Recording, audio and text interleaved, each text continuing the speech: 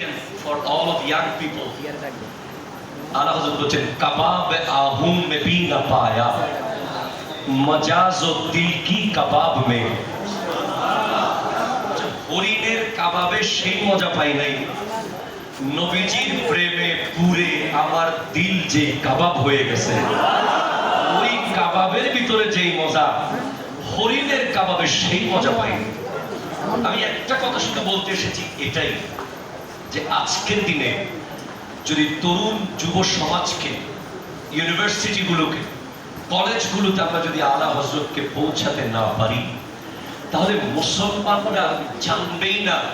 যে উইলিয়াম শেক্সপিয়রের চেয়ে আরো বড় দার্শনিক মুসলমানের কাছে আছে যে নিকোলাস কোপারনিকাস